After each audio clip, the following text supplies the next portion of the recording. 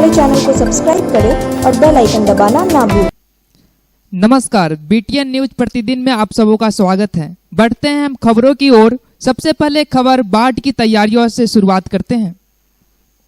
मुख्यमंत्री नीतीश कुमार की अध्यक्षता में संभावित बाढ़ एवं सुखाड़ से निपटने हेतु संबंधित विभाग एवं सभी जिला द्वारा की गई तैयारी की समीक्षा बैठक की गई। इस वर्ष 13 जून से पूर्णिया से मानसून की आगमन होगा। बैठक में आपदा प्रबंधन विभाग के सचिव संजय कुमार अग्रवाल द्वारा बाढ़ एवं सुखाड़ हेतु की गई तैयारी से अवगत कराया गया। भारतीय मौसम विज्ञान द्वारा बताया गया है कि इस बार 13 जून से मानसून का आगमन होगा।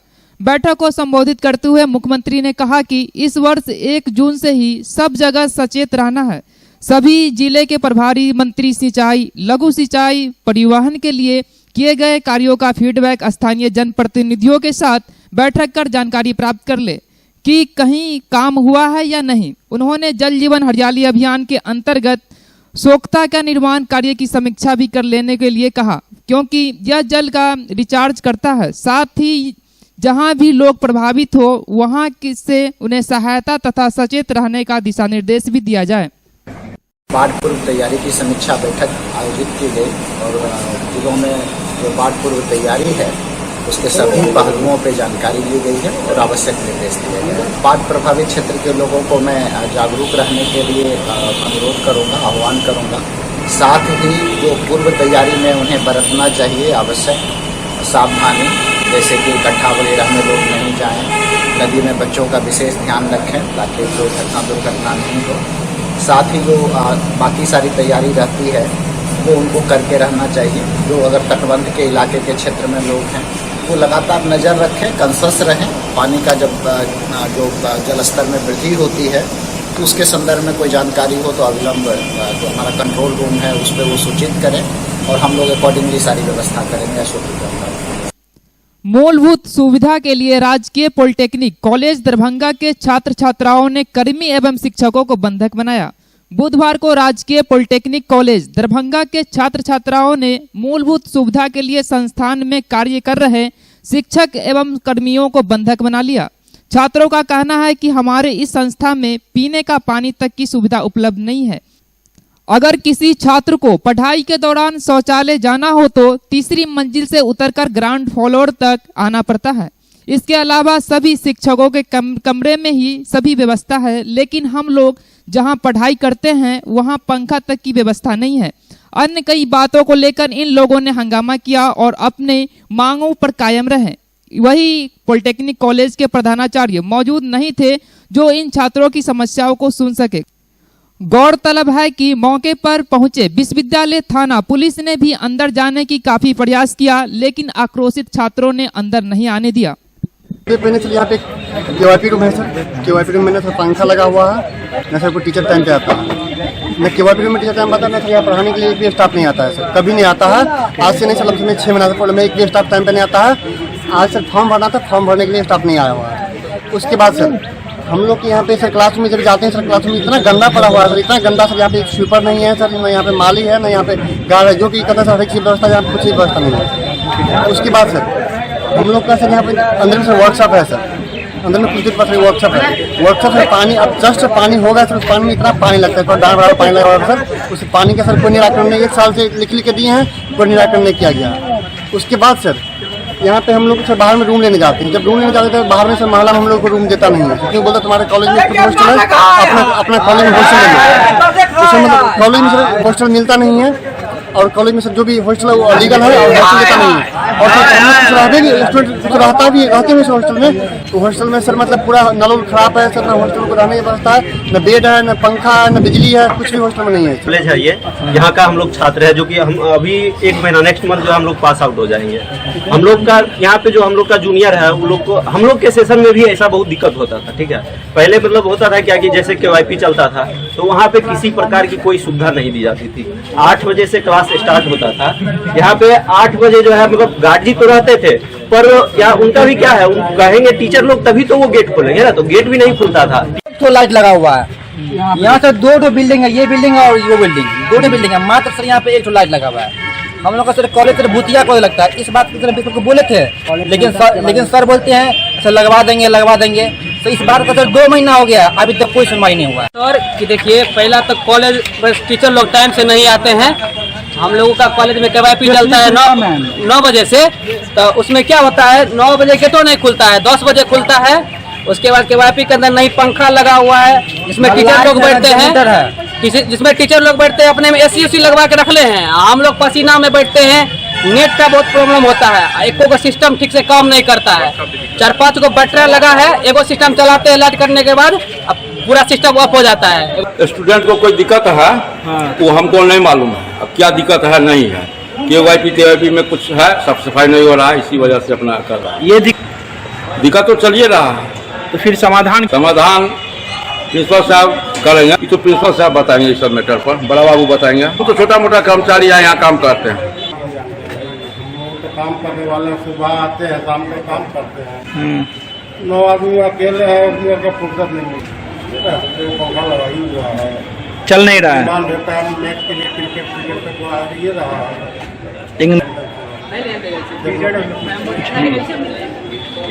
बीमार नहीं रहा लाचार, हो रहा मुफ्त उपचार। हड्डी नस रोग से संबंधित गंभीर बीमारियों का मुफ्त में इलाज। इंतजार किसका, जाएं सर्राफ ऑर्थो एवं स्पाइन सेंटर और दर्ज कराएं प्रधानमंत्री जन आरोग्य योजना में अपना नाम।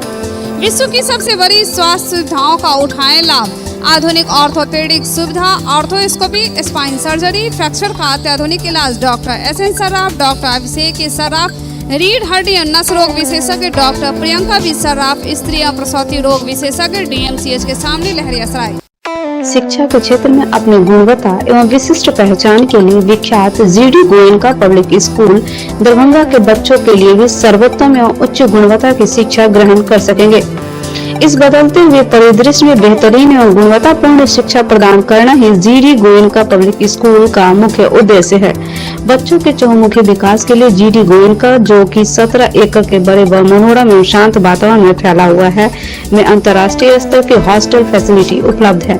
बच्चों के लिए air condition classroom, library, CCTV एवं GPS युक्त बसें, स्विमिंग पूल, बैडमिंटन, टेनिस जैसे इंडोर एवं आउटडोर खेलों की भी उपलब्धता, साथ ही computer, robotics, audio video seminar के अंतर्गत बच्चों के लिए साप्ताहिक पर्सनालिटी डेवलपमेंट कोर्स की भी व्यवस्था की गई है। विद्यालय के चेयरमैन डॉक्टर मनोज कुमार का उद्देश्य यही है कि बच्चों को अंतर्राष्ट्रीय स्तर की शिक्षा और सुविधा के साथ तकनीकी युक्त उच्च गुणवत्ता की शिक्षा मिले। इस विद्यालय का संचालन हनुमान नगर के डिलारी के पोररिया में हुआ है। अभिभावकों की सुविधा के लिए GD Goenka city hospital ML academy के बगल में स्थित है।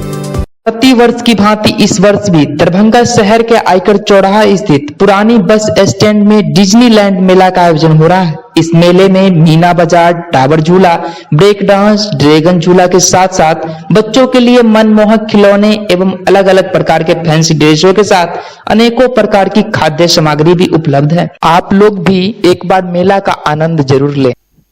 Darbhanga medical college first year के छात्रों ने बायोकेमिस्ट्री डिपार्टमेंट से लेकर एनाटॉमी, फिजियोलॉजी डिपार्टमेंट एम्स को लेकर इसके टूटने की बात बताते हुए छात्रों ने इस समस्याओं को लेकर कहा कि डिपार्टमेंट टूटने जा रहा है और ऐसे में हम लोगों को पढ़ाई काफी डिस्टर्ब हो जाएगा।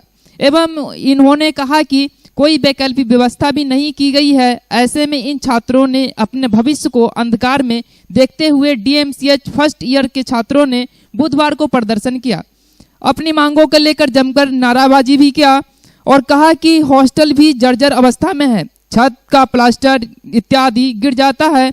कई समस्या है जिसे दूर करने की आवश्यकता है। इन छात्रों ने इस समस्याओं को लेकर DMCH के OPD को भी बंद करने की बात कही। छात्रों ने क्या कहा, शुरुआत में आप सुने।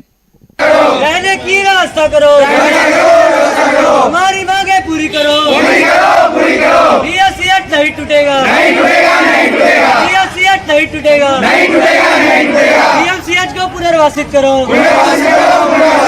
DMCH को पुनर्वासित करो। हम लोग का जो फर्स्ट ईयर का डिपार्टमेंट है फिजियोलॉजी, एनाटॉमी और बायोकेमिस्ट्री वो टूटने जा रहा है। 1 महीने के अंदर टूट जाएगा, अभी तक वो बना नहीं है। हम लोग का पढ़ाई का व्यवस्था कहाँ होगा? सबसे पहले हमारी डिमांड यही है, फिर अभी तक तो नहीं आए OPD बंद है। कितने दिनों तक बंद रखेंगे? और डिमांड है हम लोग का यही है, जो रहने की व्यवस्था हॉस्टल जर्जर हालत में है, उसको मतलब सही किया जाए हॉस्टल को। और बारिश का पानी पूरा हॉस्टल में भर जाता है, जब बारिश होती है 1-2 घंटे भी तो पूरा पानी जम जाता है हॉस्टल में। और सांपों भी मतलब खिड़की भी पूरा टूटा हुआ, उसमें सांपों निकलता उससे। चाहिए कि हमारा जो डिपार्टमेंट है बायोकेमिस्ट्री और फिर फिजियोलॉजी और एनाटॉमी जो डिपार्टमेंट है उसको तोड़ा जा रहा है। और जो भविष्य के बच्चों का भविष्य सुरक्षित करने के लिए वर्तमान के बच्चों का भविष्य बिगाड़ने की पूरी कोशिश की जा रही है। तो हम लोग चाहते हैं कि हमारे भविष्य के बारे में भी सोचा जाए। हम लोग यहाँ हैं पढ़ने के लिए, हम लोग ये नहीं चाहते कि हम लोग स्ट्राइक पे जाएँ, लेकिन मजबूर किया जा रहा है कि हम लोग स्ट्राइक पे जाए ही। हम लोग का डिमांड जो है कि हम लोग का रहने का व्यवस्था किया जाए। हम लोग पढ़ाई करना चाहते हैं, हमारा कोर्स कंप्लीट होना चाहिए ना।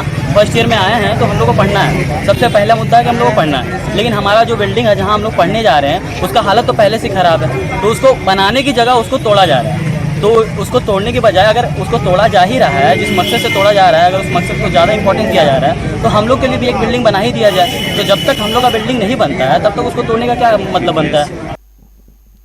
दरभंगा शहर लगातार जाम की समस्या से जूझ रही है। जाम लगने का मुख्य कारण है दरभंगा समाहरणालय रोड मुख्य सड़क से सड़क के पूरब और पश्चिम दोनों तरफ 2 चक्किया सड़कों पे मोटरसाइकिल लगाकर लोग अपने अपने कामों के लिए निकल जाते हैं, जिनके कारण घंटों तक यह मोटरसाइकिल सड़क पर बेतरतीब ढंग से लगा रहता है। जिसके अलावा 4 चक्किया वाहन से लेकर 3 चक्किया ऑटो रिक्शा इत्यादि वाहन भी लगा रहता है, जिसके कारण जाम का समस्या बना रहता है।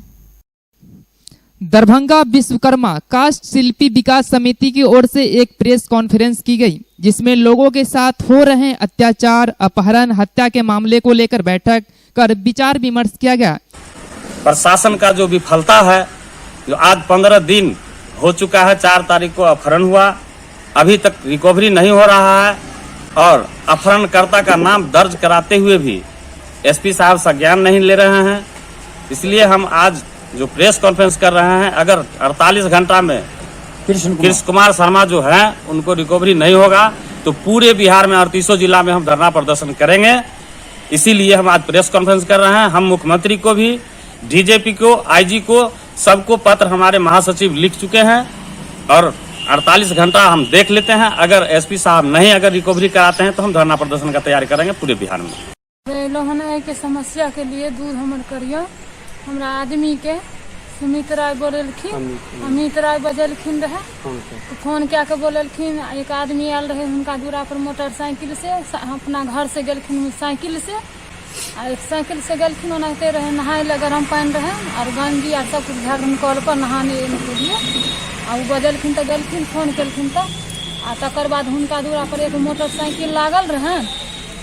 मोटरसाइकिल लागल रहे, अमित राय से 2 मिनट बात कलखिन और गाड़ी पर हेलमेट लगा के बैठा लेलखिन, कहलके ओहि पर बैठियो आ बैठा के लेके चल गई। जो global health care and diabetes research centre, जो बिहार में पहला अंतर्राष्ट्रीय तकनीक एवं आधुनिक सुविधाओं से लैस सुपर स्पेशलिटी डायबिटीज केंद्र है, जहां एक छत के नीचे डायबिटीज से संबंधित सारी सुविधाएं मौजूद हैं, जैसे कि diabetes heart care, diabetes eye care, diabetes neuro care, diabetes foot care, diabetes pharmacy और डायबिटीज प्रयोगशाला। पता जीसस एंड मैरी स्कूल के पास, रहमगंज, दरभंगा, बिहार।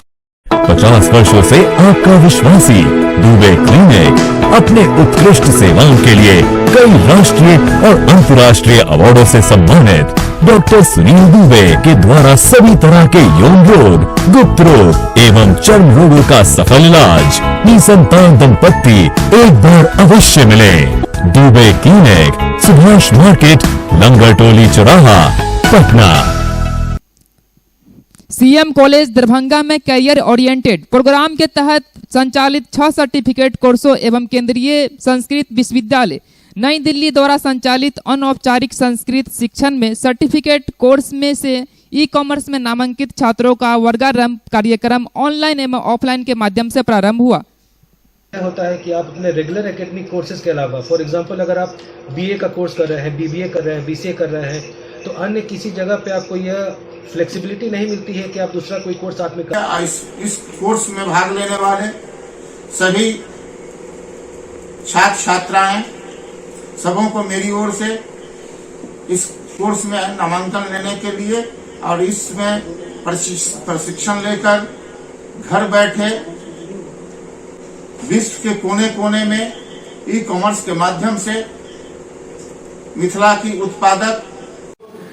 आज सीएम कॉलेज दरभंगा में संचालित कैरियर ओरिएंटेड कोर्स के अंतर्गत ई कॉमर्स का वर्गारंभ प्रारंभ हुआ है। जैसा कि ज्ञात है, सीएम कॉलेज में 7 सर्टिफिकेट कोर्स अभी चल रहे हैं। यह 5वां कोर्स है जो सफलतापूर्वक आज प्रधानाचार्य डॉक्टर फूलो पासवान ने इसका उद्घाटन किया।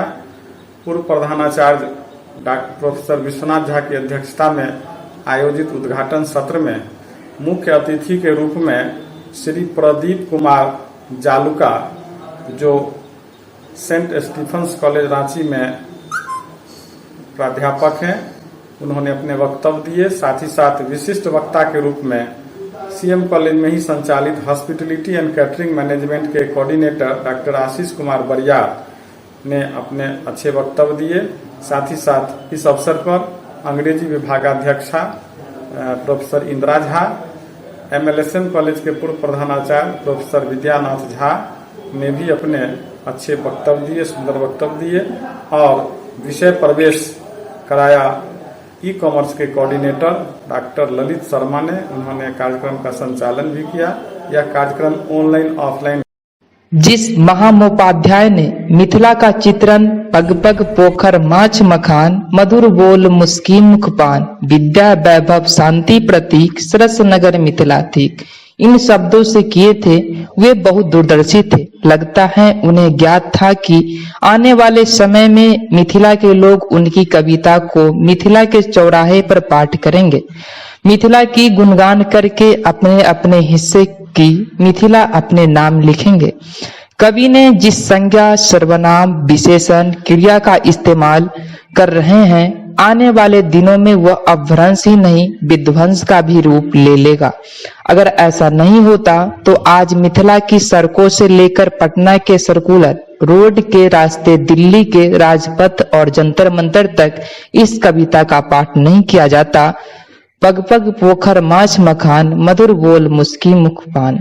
लोगों को स्वयं समझने की, सोचने की, मंथन करने की, विवेचना करने की, विश्लेषण करने की शक्ति होते हुए भी वह दिग्भ्रमित होना, गुमराह होना, बड़गलाना अधिक श्रेयस्कर समझता है।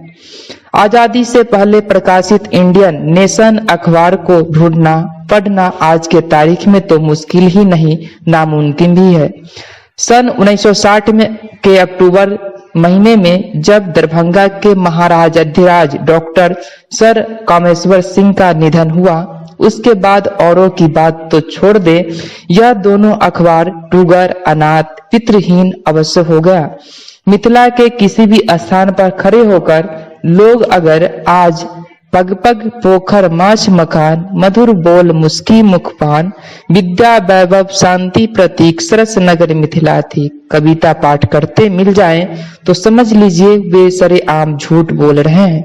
अपने अपने हितों में स्वार्थ व स्थानीय लोगों को बरगला रहे हैं।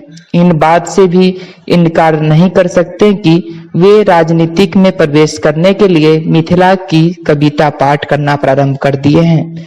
अब जब मिथिला में असंख्य पोखर तालाब रहा होगा तो उसके मुहार पर पान की खेती, मखान की खेती होती होगी, जिसका उपयोग अपने अपने घरों में आगंतुकों के लिए, सगे संबंधियों के लिए किया जाता होगा। मिथिला में शिक्षा ग्रहण करने के लिए देश विदेशों से लोग यहाँ आया करते थे। समय बदल रहा था, समाज बदल रहे थे, लेकिन तकलीफ इस बात की है कि आज भी हम उसी कविता पाठ को दोहरा रहे हैं और कहते थक भी नहीं रहे हैं कि पग पग पोखर माछ मखान मधुर बोल मुस्की मुखपान विद्या वैभव शांति प्रतीक सरस नगर मिथिला थीक। इतना ही नहीं, इस कविता में मधुर बोल और मुस्की शब्द का इस्तेमाल भी किया गया है। आधुनिक समाज शास्त्रियों मनोवैज्ञानिकों का कहना है कि मधुर बोली और मुस्कुराहट हमेशा सकारात्मक नहीं होता, यह प्राण घातक भी होता है। इतिहास गवाह है, अगर ऐसा नहीं होता तो आज कोई 20 राजा महाराजाओं वाला दरभंगा राज का 4 शताब्दी पुराना सल्तनत भी मिट्टी में नहीं मिलता। अगर मधुर बोली और मुस्कुराहट बेहतर के लिए होता तो प्रदेश की निचली अदालतों में कोई 16 लाख मुकदमे लंबित नहीं होते। उन मुकदमों में 80 से अधिक फीसदी दीवानी मुकदमे हैं जो परिवार दर परिवार पैतृक संपत्ति पर किसी और की संपत्ति पर कब्जा करने के मामले से दायर हैं। इसलिए मधुर बोली और मुस्कुराहट शक के दायरे में आ गया है। आज मिथिला में माछ की उपलब्धता जितना है वह मिथिला के 2% लोगों की आवश्यकता पूरी नहीं कर सकता। मिथिला के बाजारों में जो माछ आप देख रहे हैं वह आंध्र प्रदेश से आती है। आप सोचिए, खाते हैं बंगाल आंध्र प्रदेश की मछली और आज भी कविता पाठ करते हैं पग पग पोखर माछ मखान। कविता की रचना की गई है माछ पान और मखान मिथिला की शान। पहचान अवश्य थी, लेकिन समय के साथ मिथिला अपनी पहचान को न सिर्फ खो दिया बल्कि इन सभी चीजों पर अब दूसरे प्रदेशों द्वारा कब्जा भी कर लिया गया है। आपको जानकर हैरानी होगी कि पूरे मिथिला में पोखरों की संख्या की बात करें तो तनिक बाद में अध्ययन करें तो सिर्फ दरभंगा के महाराजा के साम्राज्य में करीबन 9113 पोखर और तालाब थे, जो अब मुश्किल से गिनती मात्र ही रह गया है। जो पोखर तालाब थे उसे या तो भर दिया गया है, नहीं तो भर करके अतिक्रमणकारियों द्वारा उस पर घर बना लिया गया है। अब तो मिथिला के पान और पाग पर भी धावा बोल दिया गया है और लोग कविता पाठ करते नहीं थकते। पग पग पोखर माछ मखान मधुर बोली मुस्की मुखपान विद्या वैभव शांति प्रतीक सरस नगर मिथिला थी। दोनार चौक स्थित श्री श्री 108 हनुमान मंदिर में 24 घंटे का नाम धुन यज्ञ पूरे विधि विधान के साथ मंगलवार को शुरू किया गया।